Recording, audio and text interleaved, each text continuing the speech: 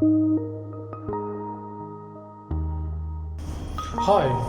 Ramadan Mubarak for all. Do you know the saying that words are better than swords? This saying is a conflict of the power of words.